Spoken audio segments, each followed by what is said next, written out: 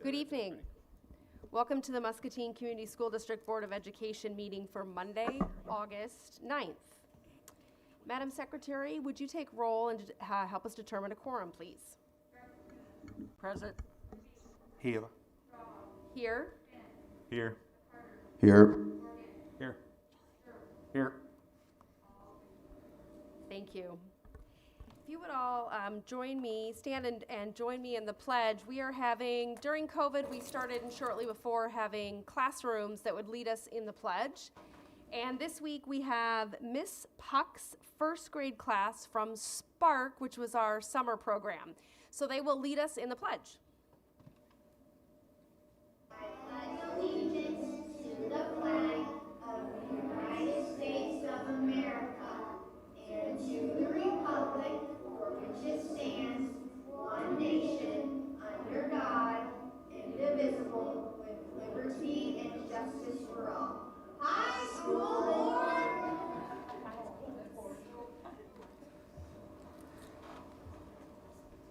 If that's not the best part of your day, I'm not sure what is. That is great. We thank Ms. Puck's class for leading us tonight and for sharing their video. Up next on our agenda is the Citizen Speaks portion of the agenda. We would invite anyone that would like to address the board to come up to the podium.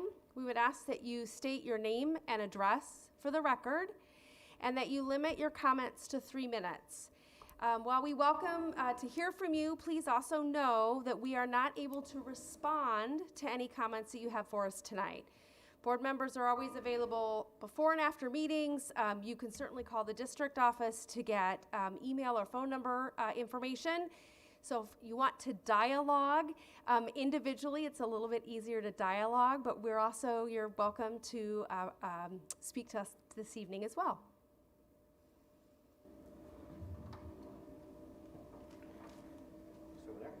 Please.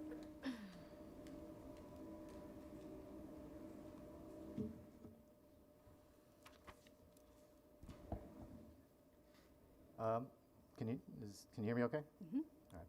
All right. My name is Drew Westberg. I live at 2602 Imperial Oaks Drive here in Muscatine. My background, I'm an economist by my training. I have a PhD in economics, and I'm an assistant professor of economics. I say that because today I'm just going to talk to you about data. It's kind of the only thing I know how to look at, and so I'm going to be pretty analytical about it, with one exception, which is that I have a 5-year-old who's supposed to start kindergarten in just a couple of weeks, and it's got me a little anxious, as you might suspect. So I just want to say a couple things that I think we know about Delta so far. First is it's much easier to transmit than the Alpha variant that we were all dealing with last year. According to the CDC and some other studies, it's around 1.6 to nearly 2 times is contagious. There is a much higher risk for serious illness, particularly amongst unvaccinated people, because of the higher viral load that's incorporated in this thing. Viral loads that are up to about 1,000 times higher than the Alpha variant that we all dealt with last fall. I just kind of say that because in my view, what's really striking to me, really important, is that the variant we have now is much worse than we had in the fall last year, and it's a much higher risk, particularly to the unvaccinated groups, which includes all those, obviously, under the age of 12. So it's something very concerning to me. Just in the last couple of days, we've seen some real scary sort of situations down in Louisiana. In about 4 days, over 3,500 kids tested positive for COVID. We've seen just last week 94,000 new cases of COVID came out. And the rate at which those children are being hospitalized has basically doubled in a month. And if nothing else, if you can take a note, the American Academy for Pediatrics has published a report as of August 5th. Just go look at the graphic that shows you the trend in the rate of hospitalizations for people 17 and under per 100,000. It's the trend, when we look at these kinds of data, it's the trend that's the scary part. And you're all familiar with that, because this board made some remarkable decisions last fall that did a lot to alleviate much of my stress as well, and I greatly appreciated that. The thing that I just want to ask, in addition to sort of thinking about what this looks like if we go forward, I should have started a timer, but if we do nothing, you know, there are 1,400 students in the high school alone, lots of parents, lots of teachers, lots of staff, 4,500 kids within the district, and they're all connected to the whole rest of the community. And I don't know how many of you had to actually de facto sort of put your job on hold last fall because there was a COVID outbreak in a daycare or an exposure in a school. It's going to happen. As contagious as this variant is, it will happen. As we see it, and again, Louisiana is a prime example. The same basic policies for schools that we've got, we're going to see. We're going to see that. So, what I want to emphasize is that the school district isn't separate from the city. It's not separate from all the adults. It's not separate from the businesses in particular. They're going to feel it too, because the staffing problems that we all see around are only going to get exacerbated. And so that's something that I hope you'll consider, and I hope you'll get much support from the city council as well.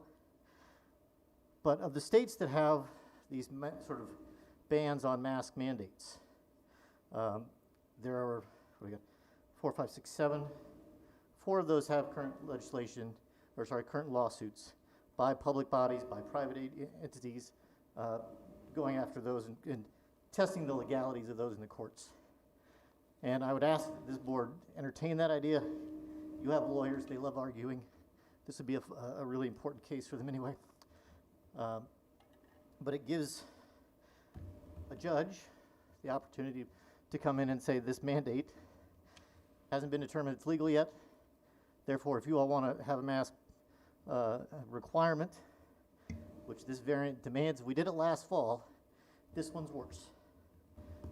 So it's a strategy that I think is important, and I hope you'll consider. And I thank you for your time. Thank you, Drew.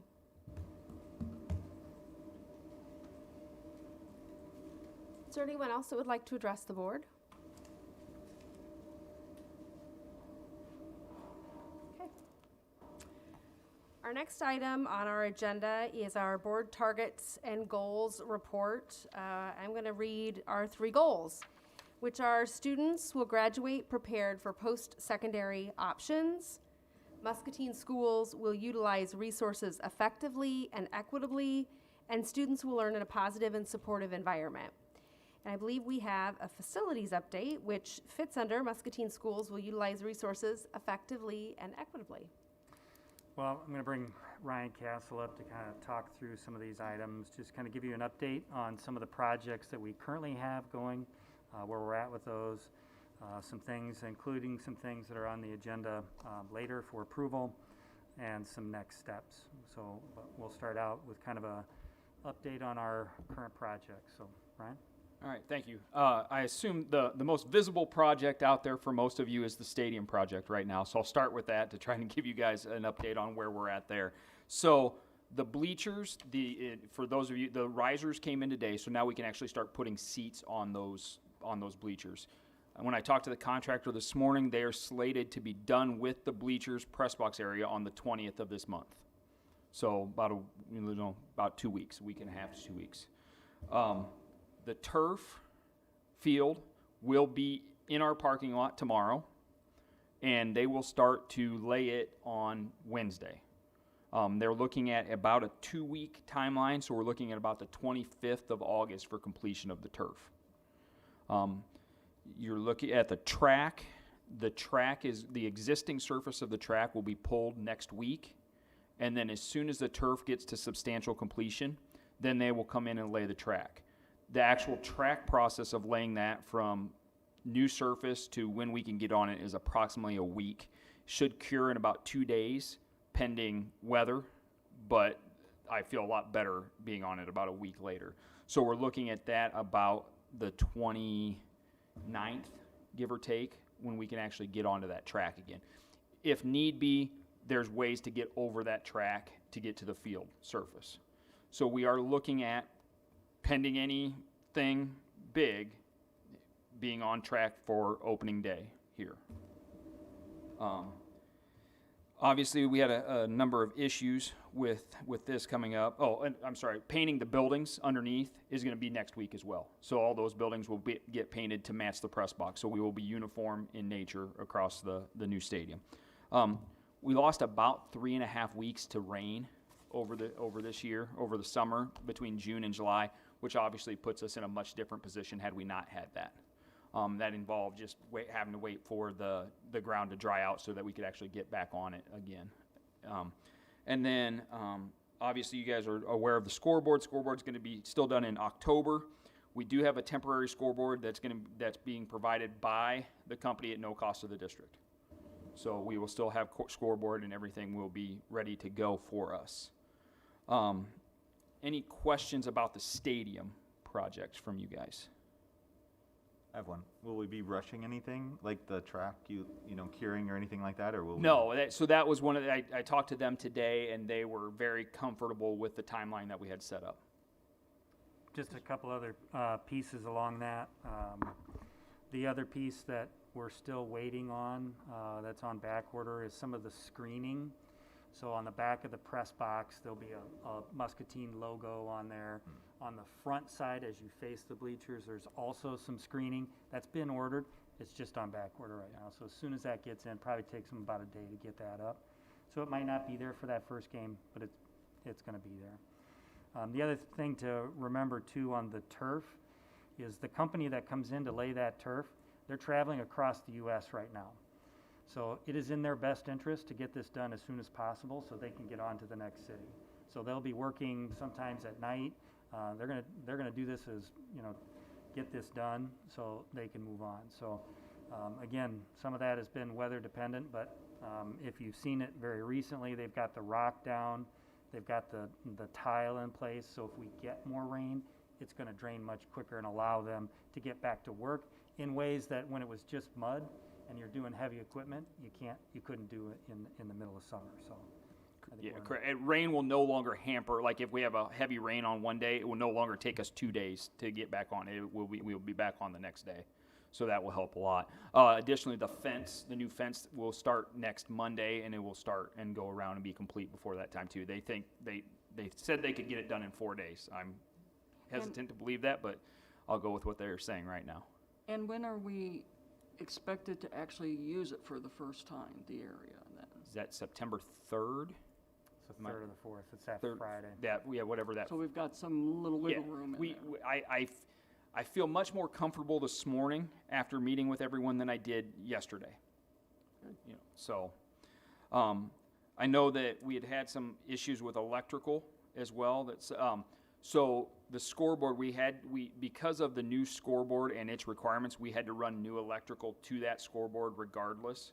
So as well as being able to run some fiber optic cables out there. So that was not anything that was at anyone's fault other than providing stuff for the new scoreboard. So how are we as far as, are they on budget or? Well, so we did have a few change orders that we had to do. When the stadium was built in 1984, there were no as-built designs for that. So as we were kind of going into this blind.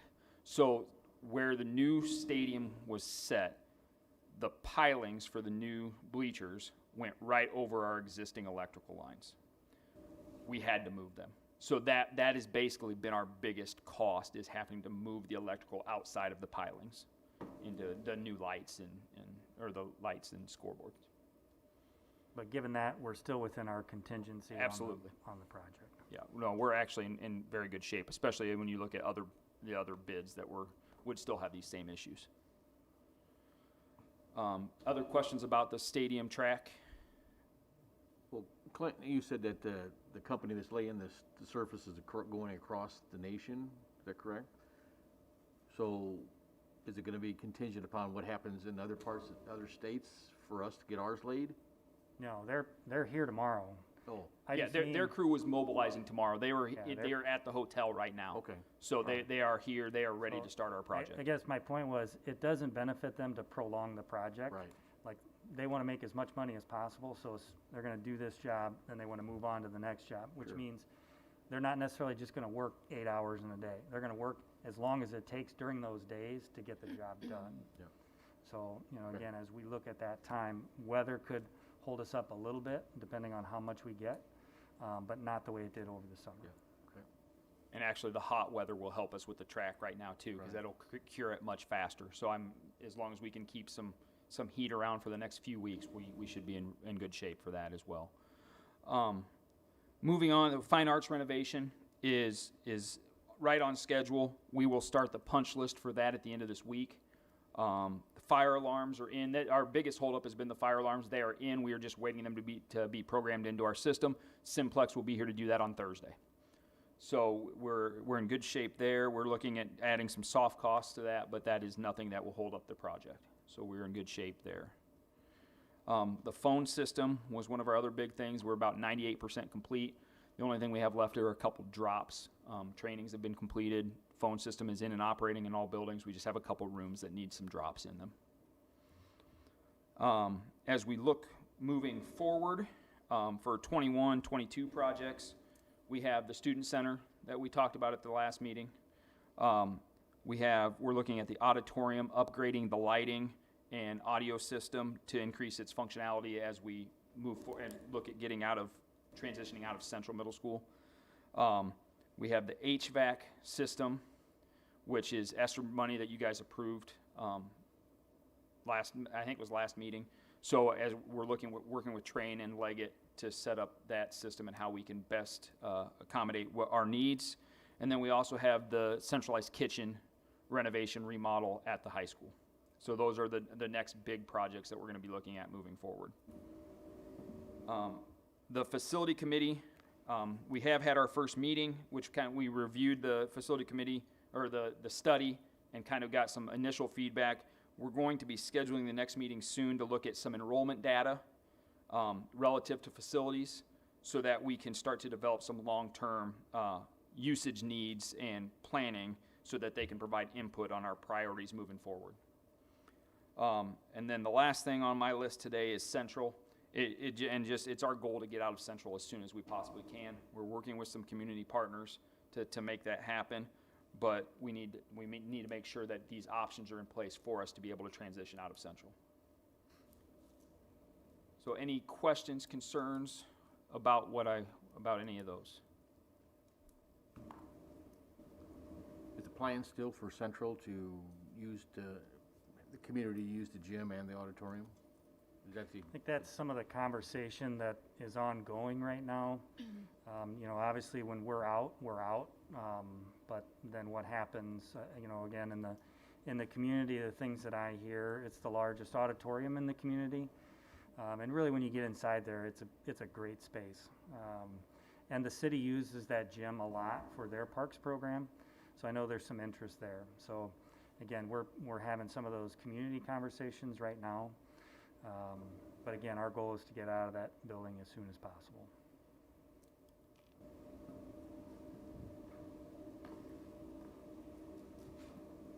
Thank you, guys. Thanks, Ryan. There's just a few projects going on. Our next goal did you have anything else for facilities update, Clint? Okay. So students will learn in a positive and supportive environment, and that takes us to our strategic planning update. And I'm just going to put a plug in to remind everybody, lean into your mic tonight, if you would, please. Guess that's my cue to pull this thing a little closer. So, as you know, from the board side, we've started some conversations about our long-range operational plan, the board work plan, working with TeamWorks International. We did that 2 sessions 2 days in April, and the follow-up here we had a couple of weeks ago. And the focus of that is really taking a look at our vision, mission, core values, and what we have in place. So what you'll see that's attached to the board agenda, what you have in front of you, really starts with what we currently have in place. So that's the vision that looks like was established in 2017. Every student a success story. We have it on the web, our website, attached to, I think, the Muskie Way. And so in working through, what you'll see on the next page is after our work a couple of weeks ago with Dennis, as we've transitioned that, taking a look at that, and I would say it's not something that we're wiping everything out and starting over. I think it's a building on and continuing to refine, and just to ensure that there's clarity and consistency as we move forward, as we talk about desired daily experiences. So what you'll see here in the mission, in partnership with our staff, families, and community, every student excelling in thinking, learning, achieving, and caring. Under core values, and again, these drive our words and actions: respect, diversity, integrity, excellence, and partnership. Under the vision, you'll still see every student a success story, supported by engaging in real and relevant learning, being respected, accepted, and celebrated, and developing a personalized pathway, your district of choice. And then under strategic directives, or directions, are just the things that we've kind of outlined in that operational plan. In the other, and there's some other pages in here, but what you'll see after that is the desired daily experiences. Those are for students, those are for staff, and those are for our families. That is what we hope each student, each parent, each staff member feels each day. And we know we're not there, but again, this drives our actions and drives our focus and should align with our core values. So what's next with this work is to get this out in front of those groups. So working with Tony to develop a feedback loop, whether it's SurveyMonkey, whether it's a Google form, getting it on the website, getting feedback from our students, from our staff, from our families. We'll collect all of that and bring that back to you so you can, we can share with you what are the trends that we heard, what was the positive feedback, was there, what were the suggestions for improvement, and we'll make a recommendation based on that feedback to revise this work should we need to. But again, they'll have an opportunity to kind of provide some feedback. And then with that, we would ask the board to kind of adopt that. Remember, when you do that, it doesn't set it in concrete. It is something that we continue to look at and continue to reflect on. And we should be having conversations about, is this still relevant? Is this still where we're headed? And so there's some other documents in there, the 3-year operational plan, the work plan, things that we've already had kind of in place from that first session. This was the focus of these last 2 sessions and what I wanted to get in front of you. I know not all of you were here that night, so I wanted you to have a chance to take a look at this, any immediate feedback, and then again, we'll turn Tony loose on getting that out in front of those stakeholder groups. Can we share with both our public and those on the board that weren't able to be there just a synopsis of how that night was set up? That it wasn't just 3 people that sat in a group and scratched some stuff out, that it was really well vetted through the entire, everybody that was there that night. I think that would be helpful for our community to hear. Sure, and I think anybody that was there should, join in with that and talk about your perspective on that work. I would say back in April, it was our entire leadership team, principals, assistant principals, directors, school board. We had some teachers there as a part of that in developing that first kind of operational and board work plan. Going through kind of some of that governance work that we're talking about as we go through each meeting now. And this last time, again, it was board member input. It was our leadership team that was involved in that, really doing a lot of group work, a lot of collaborative conversation, getting ideas out there, refining that to the kind of the document that you see here tonight. So we were actually broken into 4 groups for the quadrant that you have, and each group tackled one of these topics. And then they took an individual from that group was sort of volunteer or voluntold. I'm not really sure how that worked. Then went to they took the work that was done and we just rotated around. So they would take it to the next table who worked on, if you worked on mission first, you had one person that worked on mission might have gone to the table that had already worked on core values. And then they kind of had to vet it out. So they could say, that table could say, I do like it, I don't like it, scratch out this word. And that process it was a round robin until we went through all 4 of those groups. So it wasn't as if just 10 people worked on the mission and didn't talk about any of the other pieces. So it was a good opportunity for everybody to really get to work through all 4 of the pieces in the quadrant and offer some verbiage changes. And there might have been a little bit of competition about who had the least changes from table to table as they went, but there was some great conversation that happened as we did that. I will have to add that what I saw too, because it was at each table was the diversity of the different type of staff and everything. And it was good to be able to listen to what they had to say, rather than just hearing it one person. You get the collective group of it, and it helps to be able to show that our Muskie Way needs to continue to work on our communication, and we're doing it. Tammy, I think one of the things that I'm encouraged, I wasn't able to be there that night, but I'm encouraged by the document. I'm 100% behind the fact that our desired daily experiences should drive our everyday actions. And that really is the voice of our students, our parents, our community, our teachers. And I'm encouraged that I hear that we're going to turn this back over to them and have them vet this themselves. And I would encourage anyone in our community to reach out to us, reach out to your building principals, reach out to your board office. If you haven't seen this and you want to look at it, be part of the process. We're offering it as often as we can. We want people to look at it, and we want your feedback, your honest feedback. So I'm encouraged by that side of it. I want to see where this will go.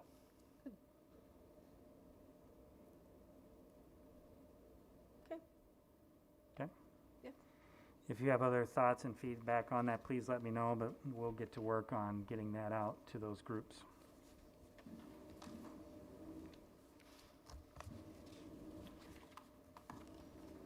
Next on our agenda is our COVID-19 mitigation updates. So I just want to take a little bit of time to talk through kind of where we're at and where we finished the year. Obviously, last year was a dynamic year. We made a lot of changes and pivots as things presented themselves from where we started the year. And I would say we're going to be in the same position this year. We know that masks cannot be required. We'll certainly recommend them, especially for those who are unvaccinated. But also keep in mind as we finish the year, based on the federal order from February, that on public transportation, which includes school buses, we are required to do that. And we did continue to do that last year in those last 5 days. So that has not changed, and that will move forward. Vaccinations are also not required, but will be encouraged for everyone that's eligible. And again, this comes as we work with local public health and the Iowa Department of Public Health. It's even on the information they're putting out to schools is the most effective way to prevent COVID and stop the community spread is through those vaccinations. So as we begin to communicate out to our parents and to the community, we're going to make sure we include resources should people, those who are eligible, what those options are if they have not been vaccinated yet. Again, just like last year, we will, our school nurses work very closely with public health and with the Iowa Department of Public Health, follow their recommendations and guidelines. Some of the things that we learned from last year is a lot of the cleaning protocols, some of the social distancing, some of those pieces was just good practice, and we'll continue to do that. In many ways, from public health, they're looking at this as, again, highly infectious disease like influenza and others. Again, we know the Delta variant is as contagious as the chickenpox. So we're going to continue to work very closely with public health and follow their recommendations. And the main thing is if students or staff are sick, they need to stay home. And they need to stay home.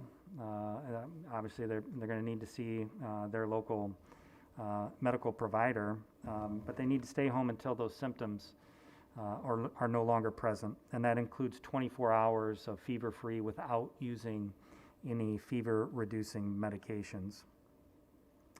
So again, we're developing just the information to go back out to our parents and to our staff, and it may change.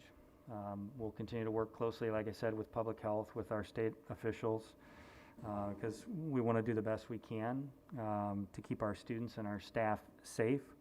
I think we did a very good job of that last year. I can tell you we just finished 5 weeks of that Spark Summer program, where we had 350 to 400 elementary students in that building, very few wearing masks, but following the protocols that we had in place and working with our nurse with very few issues. They ate lunch together, they were outside together, they were in classrooms together. So again, we will watch that very closely and continue to make adjustments as we move forward. So with that, questions? I have one. What about the virtual offering? Will there be We one? still are offering a virtual option, and I can let Joelle talk a little bit about that. I would say we've seen a lot more interest in that over the past week or two as we've gotten closer to school, as some of that information about Delta is coming out.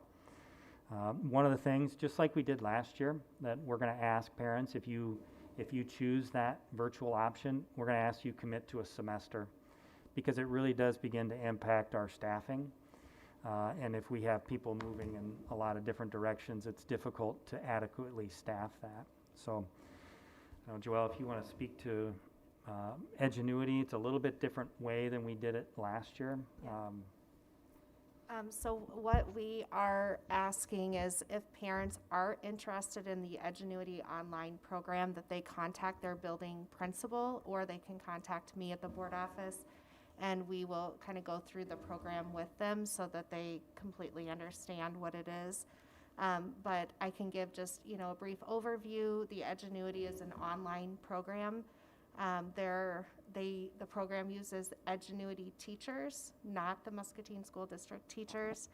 And we do, however, though, even though they are using their teachers, we still stay connected with each of our students to monitor progress and reach out to families through contacts if they need extra support.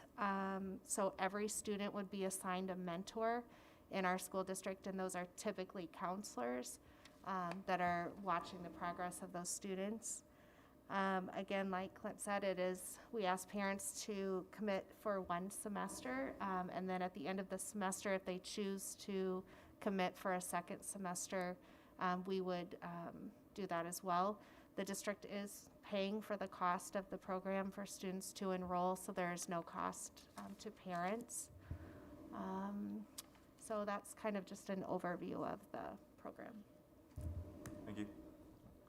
The other piece I should also mention, just as a reminder, we had talked about this last year, but approximately 75% of our staff are vaccinated. Just as I talk with other employers in the community, that's a high percentage. It could actually be higher than that. That's kind of where as we were really getting through that spring break time last year, kind of where we finished up. We may actually have higher than that now. But again, as we looked at last year, the times that we went virtual, or the time that we did go virtual, that had to do with staff being out.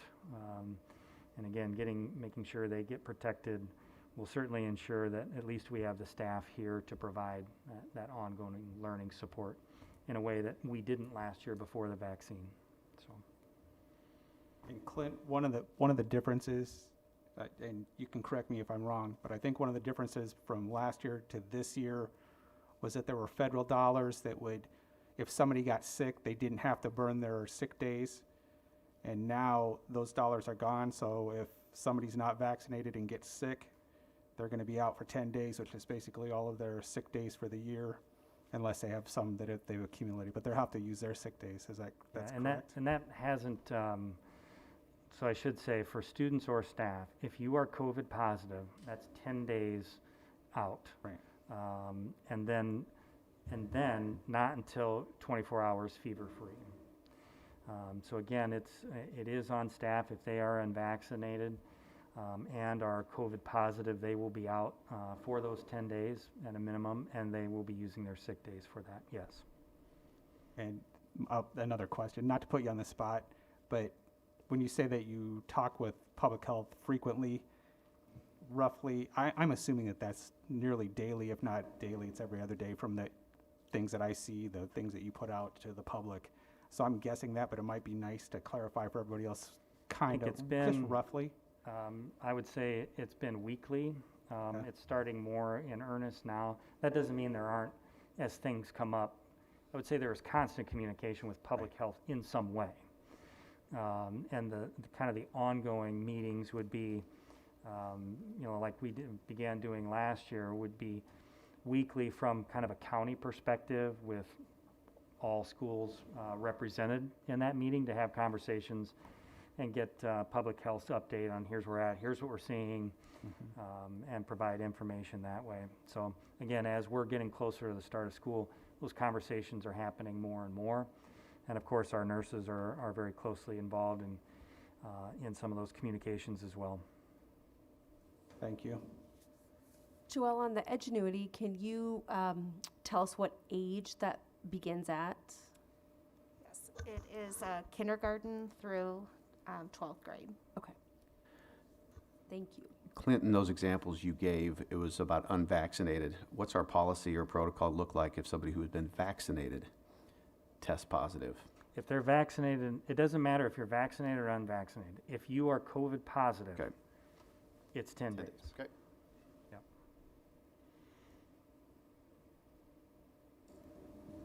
I think back to Mike's statement, just to clarify that, those were dollars that were given to us Right. to cover that from the state level. Yeah, those were federal dollars. federal dollars, excuse Federal me. dollars that Yep. are no, I think they were ESSER dollars, but I know they were federal And they dollars. technically ended, CARES. I think, January 1st of last year. And as you recall, we extended it, those Yeah. through spring break to give our staff an opportunity to be To get vaccinated. vaccinated.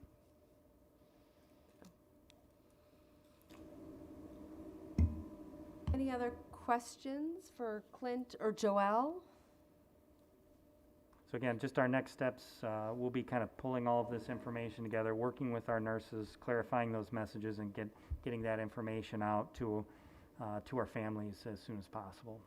In some ways, it'll look kind of like a return to learn plan. What's it going to look like this year for those families? Mine is more of a statement just to be able to say thank you, because I know this is still a difficult process for you guys to come up with something that you're moving forward, but yet we still feel like we got that foot behind. So I commend you for everything you're trying to do with it. Appreciate that.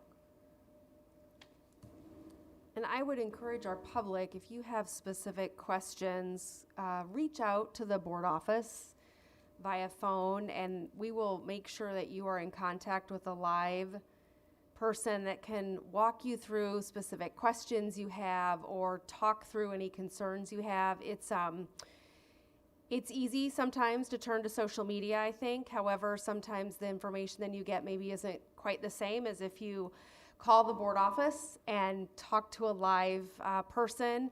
And as it's been said multiple times, things continue to change quickly. So a response on social media yesterday might not be accurate today, depending what public health has said, depending on what maybe has come down from the governor's office. So please keep those lines of communication open and reach out to us so that we can take your calls and concerns as you have them.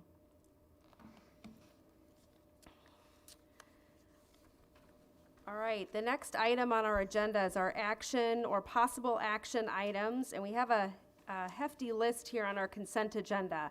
The following items are considered to be routine by the Board of Education and will be enacted by one motion. There will be no separate discussion of these items unless a director so requests, in which event the item will be removed from the consent agenda and considered in its normal sequence of events from the agenda. Those items are minutes, bills and claims, employment recommendations, board policies, and that's the third reading of that set of policies, which is why it's in the consent agenda, statewide voluntary preschool program contracts, the Regents Alternative Pathway to Iowa Licensure Agreement, student teaching agreement, and food service vendor contracts. What are the wishes of the board? I'd make a motion to accept the consent agenda as presented. I'll second. It's been moved and seconded to accept the consent agenda as presented. Is there any discussion? Hearing none, all those in favor, please signify by saying aye. Aye. And opposed? And the motion carries. That takes us all the way to item J, which is approval, a potential approval of the memorandum of understanding. And this is between the school district and multiple community partners. And Clint, I think you have just a little bit of information to share. The approval of this memorandum of understanding for these groups. This is something we've had these agreements in place. This is formalizing it and getting board approval. That's Shared Visions partners, they're community partners that help with our Early Learning Center and our youngest learners. Jesse Frears is here to answer any questions if you have them. But again, these are agreements we've had in place with these groups for a number of years. It's just formalizing that process and getting it in front of you for approval from the board.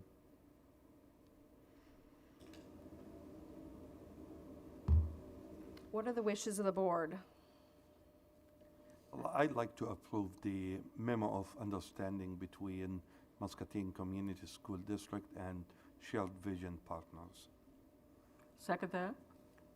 It's been moved and seconded to approve the memorandum of understanding. This is between the Muscatine Community School District and the Shared Vision Partners, and those partners are Public Health, the ISU Extension County Office, Louisa and Muscatine counties, the Muscatine Y, and Lutheran Social Services in Iowa. Is there any other discussion? Hearing none, all those in favor, please signify by saying aye. Aye. And opposed? And the motion carries. Our next item of business is to approve the contract with Leggett Architects. This is for the professional architect services for the high school centralized kitchen addition and renovations project. I'm going to ask Alicia Eggers and Ryan Castle to come up and just answer any questions that you might have. I'll talk a little bit about the proposal as we discussed it the last time. Again, although it's Muscatine High School Centralized Kitchen, what this really does is begin to transition those operations out of Central Middle School into another location that serves our elementaries. Also to do it with higher quality and more safely.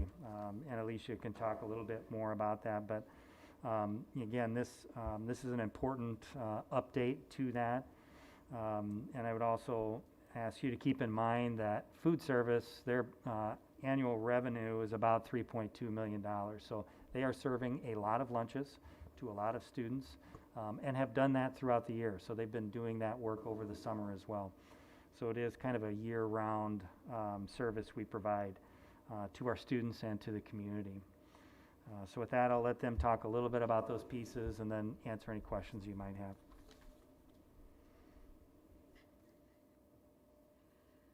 So I would like to speak to the fact that we've been serving meals to our community for a little over a year.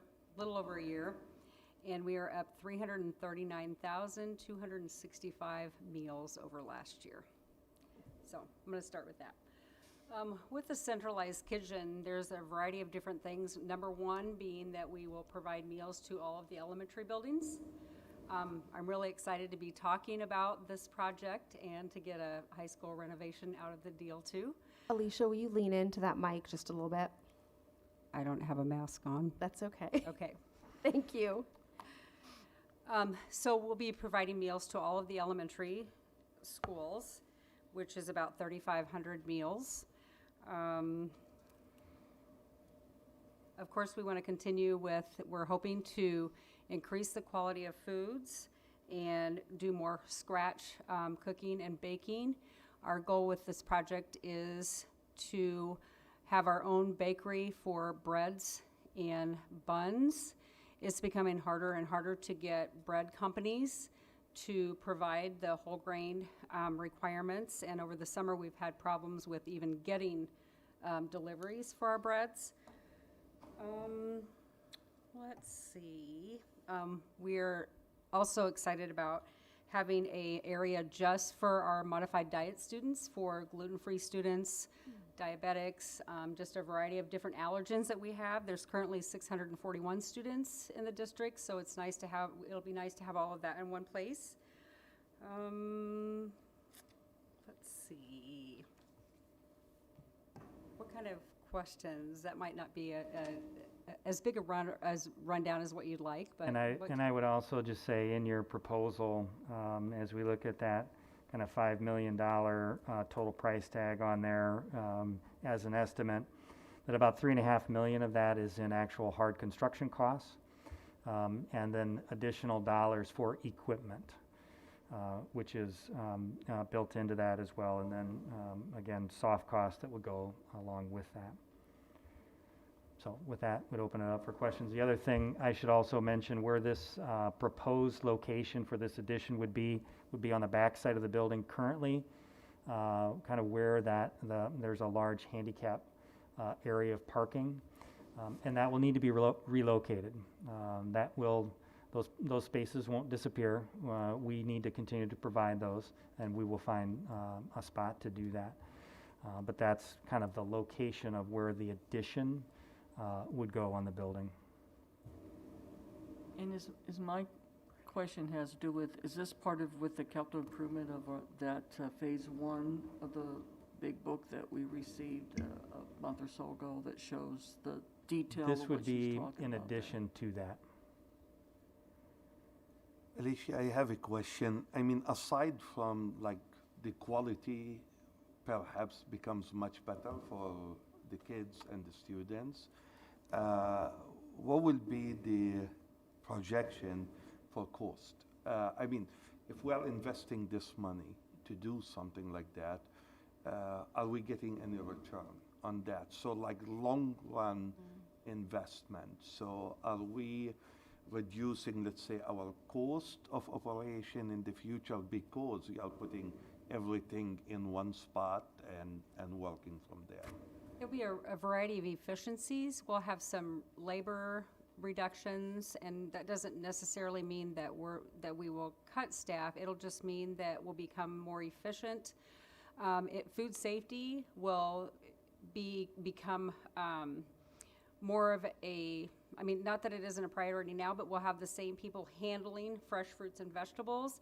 Food safety is one of our, I mean, that's right up there with with the project and how important it is. We want to do this right the first time because it's probably never going to be done. None of us will see it if it's done again. So there's a variety of different costs. Savings, and I didn't bring that whole entire list with me tonight, but I could certainly send something out or follow up. Tom and I could, and Ryan. I think we also, just from the doing more of the bakery, and so instead of bidding that out, maybe getting one bid, and we're going to pay an upcharge on that to be able to do it internally, lower cost and better quality. Thank you.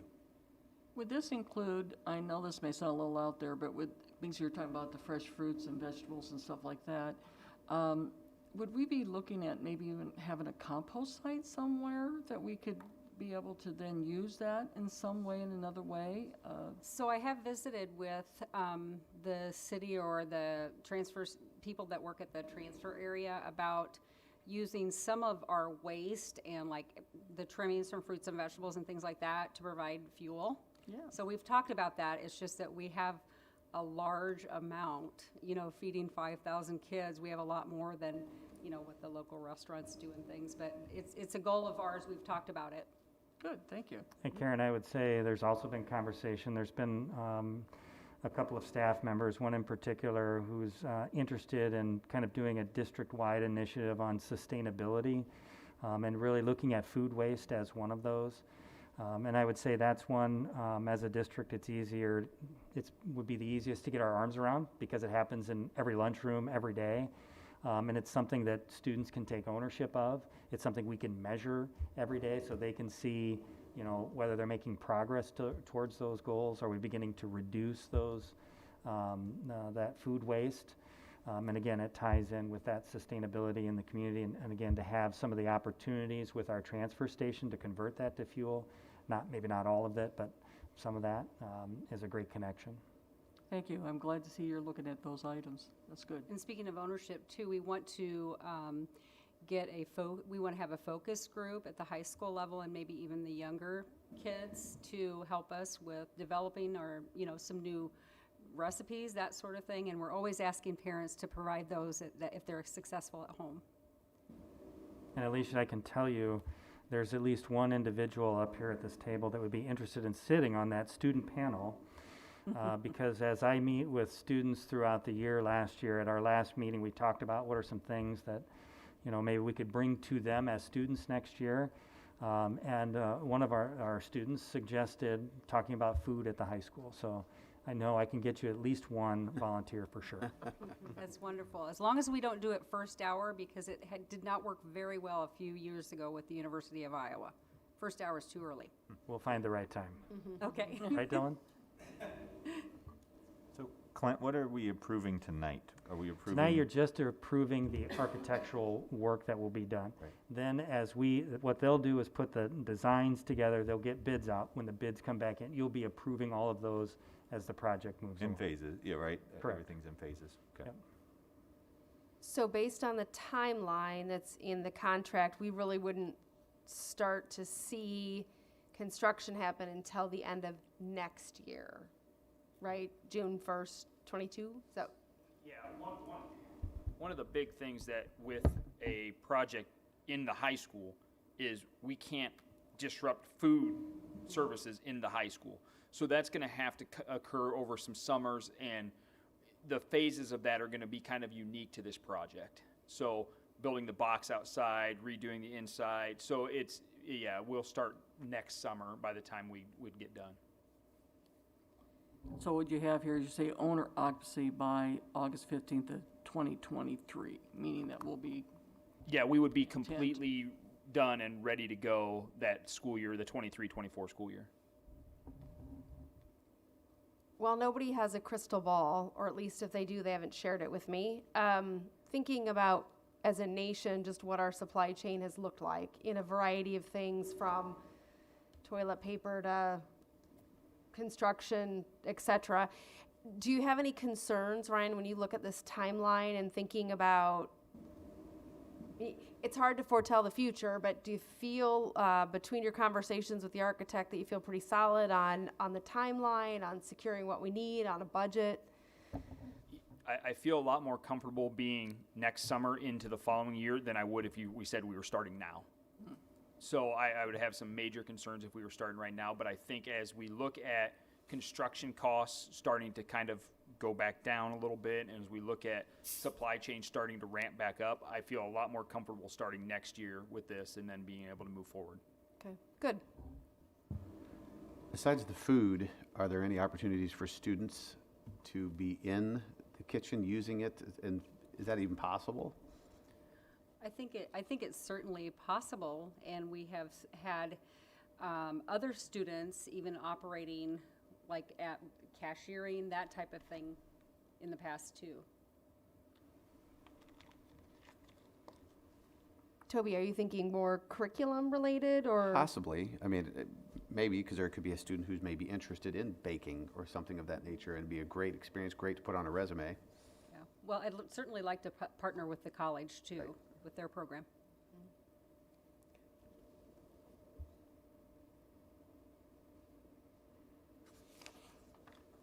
Anybody else have any questions?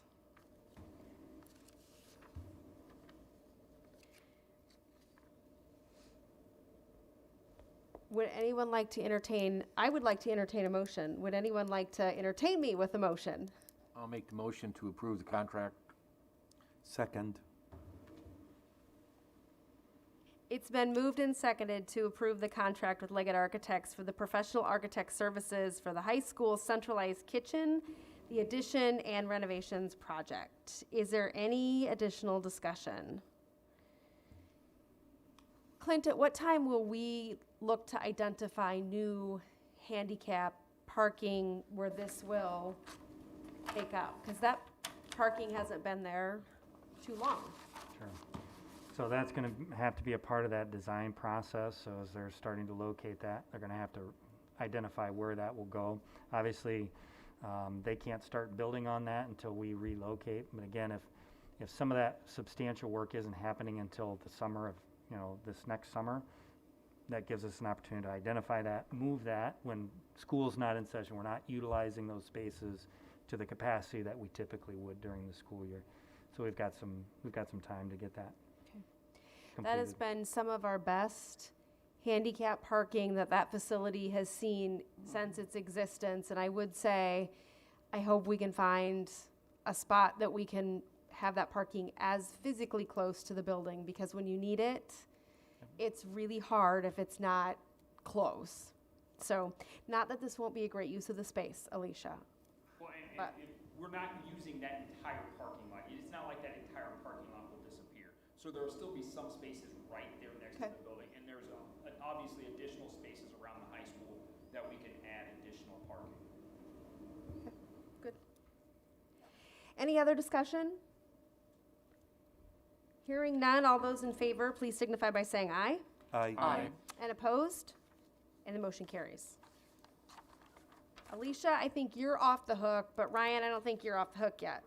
Thank you. So the next item is to approve another contract with Leggett Architects for professional architect services for the 2022 HVAC improvements project. Again, this is something we talked about at the last meeting, and that we would be using ESSER dollars for this project for HVAC systems. It also is it is the highest priority in that facility study, something that needs to get done. And because it's about air quality and airflow, that's how we can leverage those dollars. So I can let Ryan talk a little bit about that and answer any questions that you have. I think, again, for me, this is another one of those areas, Tammy, as you mentioned, just with supply chain. I think the sooner we can get this process started, the better, because it's going to take some time. Yeah, that is one of my big concerns. Is obviously every district around the nation is going to be doing the same things with their ESSER dollars. So the quicker that we can get on this and get moving. We've had initial meetings with Train. We've had initial meetings with Leggett. This would be for those projects that aren't just pick and replace with new. These are some additional systems to increase our airflow and our filtration systems for the benefit of our students. So that's what you would be approving with Leggett tonight. I'll make a motion to approve. I'll second. It's been moved and seconded to approve the contract with Leggett Architects for the professional architect services for the 2022 HVAC improvement services project. Is there any discussion? I'm just going to add a quick note because we like to use a lot of acronyms, but the Education Stabilization Fund is the ESSER dollars, I believe. Somebody's going to correct me if I'm wrong, which is actually part of the CARES Act. So dollars that were given to school districts, generously provided, but with careful and strict instructions of how they could be used, and fair instructions, by the way. But it does get to the point of school districts who then have these dollars are all trying to do very similar things at the same time. all to try and continue to keep students as safe as possible. But we're all running into some of those same challenges. So, which is when you hear us talk about ESSER funds, there are some very specific areas they can be used and some very specific areas they can't be used. So I'm assuming it's Tom's careful eye that also helps us budget about where we get to use for what and stretches those dollars. So Tom, we appreciate that. Is there any other discussion on this contract? Hearing none, all those in favor, please signify by saying aye. Aye. And opposed? And the motion carries. Thank you, guys. Thanks, Ryan. That takes us to our discussion and information portion of the agenda. And Tom, it's time for June financials. All right, here we go. So presented tonight are preliminary June financials, and I emphasize preliminary, obviously, because you know our fiscal year ended June 30th. So we've been spending July, and we will spend the rest of August capturing the revenue that we need to recognize in June and those expenditures that need to be recorded in fiscal year 21.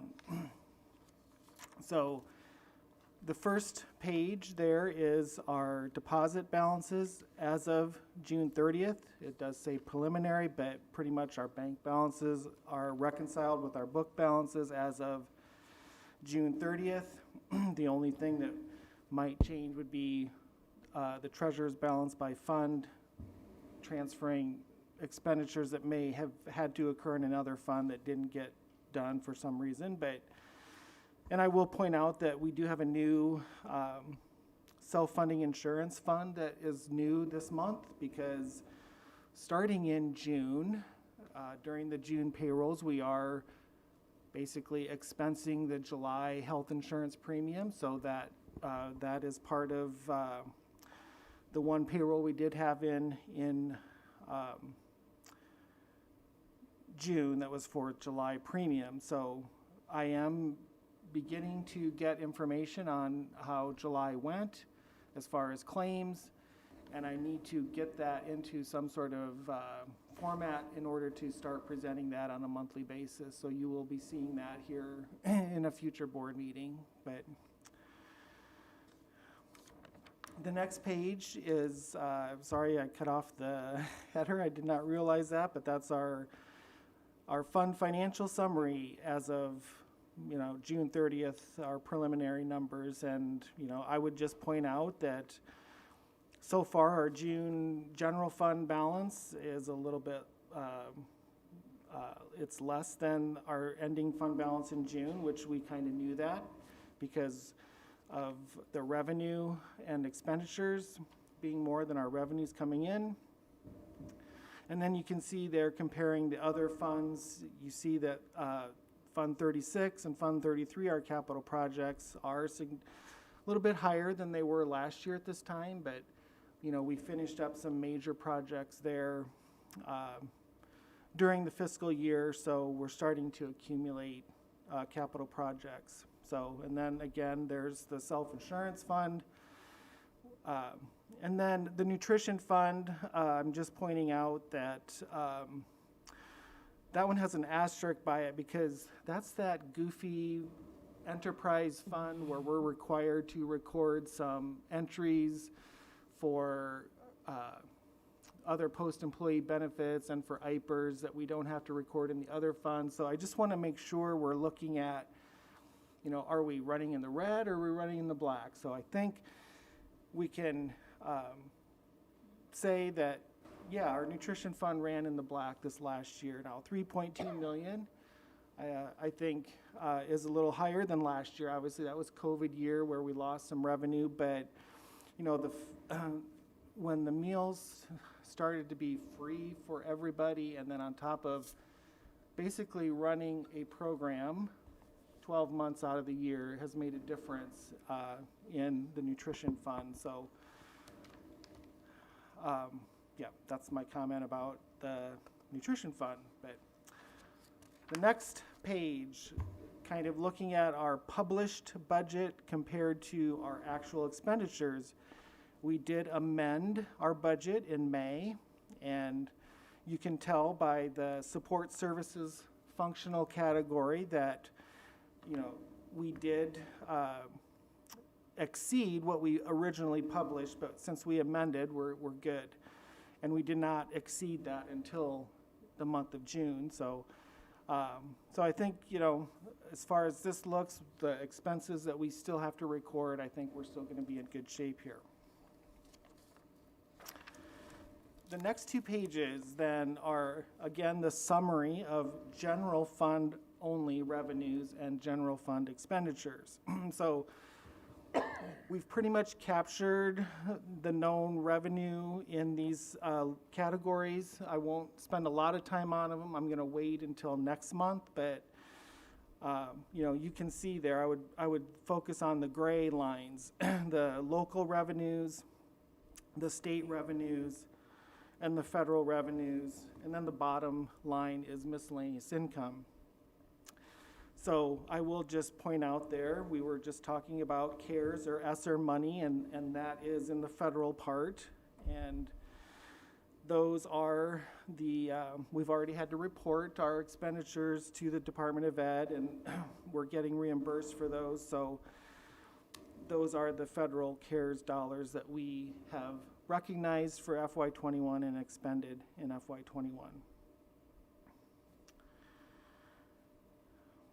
And then the last page is be the expenditures for the general fund. And again, I believe we're right where we thought we were going to be with expenditures. And you know, you can compare there if you want right now salaries for last year to this year and so on. And again, the total compensation and then the total non-personnel costs and where we're at. So overall, I think I will next month have, you know, our certified annual report is due September 15th, so just a few days after our next board meeting, and that's according to our calendar here. I'll be reporting September 13th, the pretty much what we're going to report to the state, and then have some of those financial indicators to report on solvency and you know, unspent authorized budget for the board. So that's it. What questions do you have for Tom?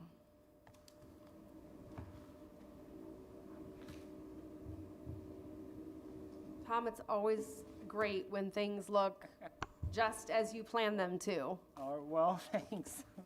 We tried. We like that. The next portion of our agenda is for board development, and the board has recently taken just a little bit of time at each meeting to have an opportunity for us to be able just to talk through a variety of topics. I'm going to start off with just a little bit of a commercial, if you will, and that is there's an election coming up. No one's smiling under their mask. So there's a school board election coming up. And our board secretary has a great brochure that looks like this, and it says "Get on Board," and there's great content in here. It's put out by the Iowa Association of School Boards. There is a section that just has some key dates, and I'm going to just rattle off some of these dates so that in case we have anybody in the audience or anybody that might be at home that's watching will know what these dates are. So August 23rd is the first opportunity that candidates can begin their filing.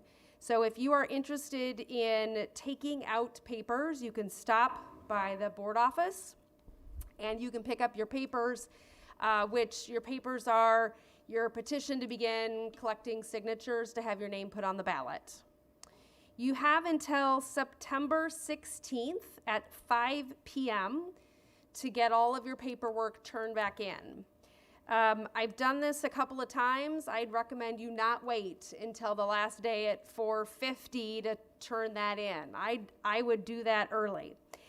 And then November 2nd is the election day. And the polls will be open, I believe, starting at 7 a.m., and I believe they're open till 8 p.m. There is a lot of great content in this document. Being a board member is incredibly rewarding. It's also, I will say, it's a big responsibility and one that I would encourage anybody to take on. The Iowa Association of School Boards has a series of 3 free webinars. So if you are somebody who just wants a little bit more information and you just want to hear some of that conversation, their first webinar is on August 17th, and it's over the noon hour. They're calling it Tuesday Talks. If you go to the Iowa Association School Board's website, www.ia-sb.org, you will see right across the top of their page there is there's an election tab. If you go to the Muscatine Community School District page, we have a very similar, if you go to the board section, there's a place for elections there as well. So there's great content. There's things that you need to know about what do you do for campaigning. These dates are listed there as well. If you want to sign up for one of these webinars, head to the Iowa Association of School Board site. You can sign up for the webinar. Again, there's no cost. So the 17th is just about board candidates, and there's a lot of just great information about what does it look like and what's entailed to be a board candidate. They have a session on August 31st, which is around legal and ethical pieces, because there are some pieces of making sure that campaign funds and how they're reported, and they'll walk you through some of those pieces. And then their third and final one, and probably one of the most important, is on September 21st, and it's around equity and student learning. Because at the end of the day, it's probably one of the biggest pieces of what we do and what we talk about. If you need help finding any of those, and again, you call the board office, we will guide you to where you can find that content. And we'll get you, those are listed in this Get On Board brochure, so we can also get you one of those. So share that with your friends and neighbors, because it is some of the most important work that I'm convinced it's some of the most important work you'll have an opportunity to do. In your board packet for board development tonight, there was a document that was sample board questions for progress reports or presentations at board meetings. And it came right from the Iowa Association of School Boards website. It is a template that they put together for a conversation about what are the kinds of questions we ask when we're presented with approve this contract for architectural services. And a couple of months ago, we had a conversation around governance versus management. And we talked about, as a board, where do we fall? And I think you all agreed. Yes, you all agreed? Do you remember which side, Toby? Okay. It was on the governance side. Although I think we also said, I would be the first one to admit, there are times that I get into the management side, and Clint and I have a very good discussion about that when that happens. Sometimes when I listen to content that's presented, it's hard for me to think about what are the most impactful questions that I can be asking to show my support or to ask good questions about the content of what's there. Did anybody have a chance to read over the template of just some sample questions that were there? So some of you are shaking your heads, yes. Is there anything that resonated with anybody? Any question over another question?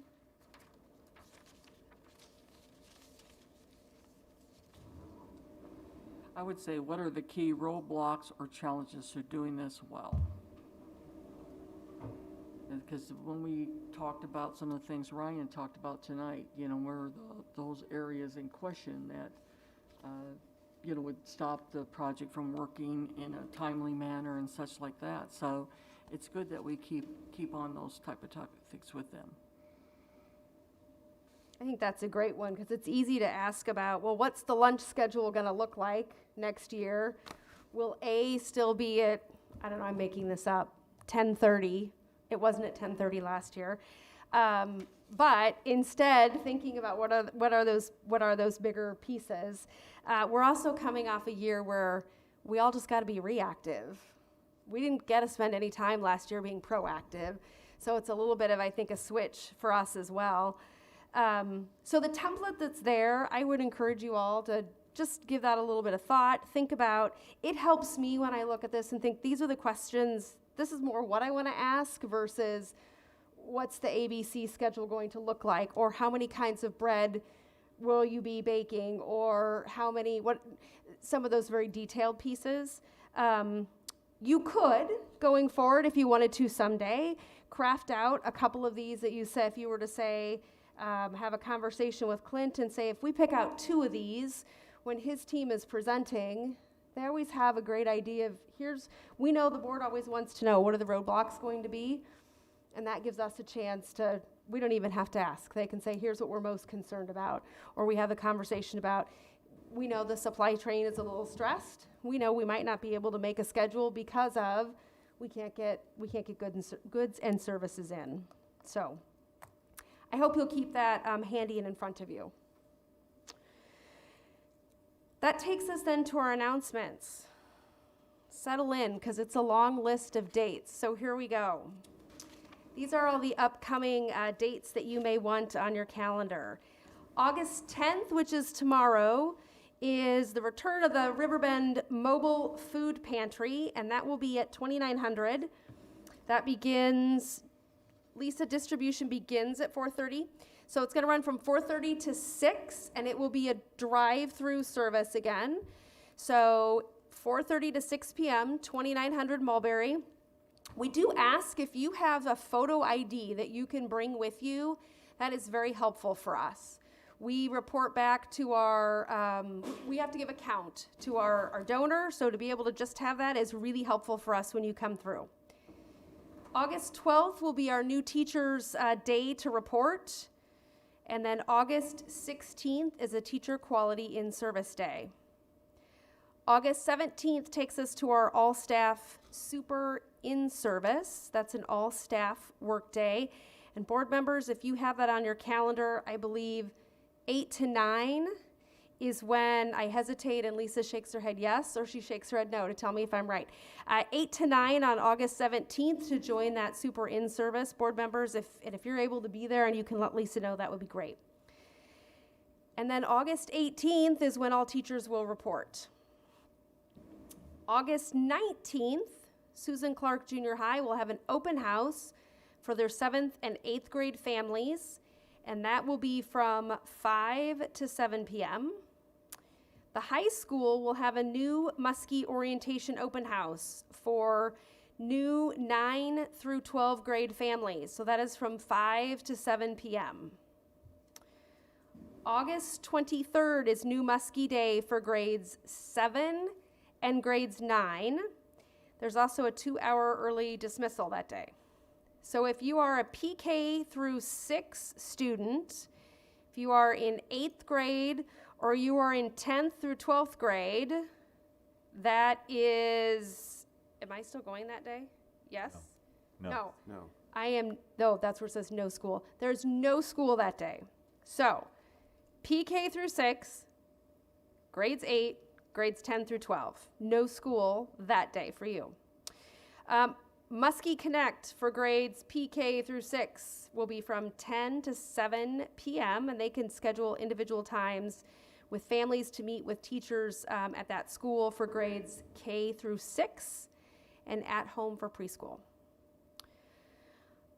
August 23rd, that is the first day that you can file your board candidate papers.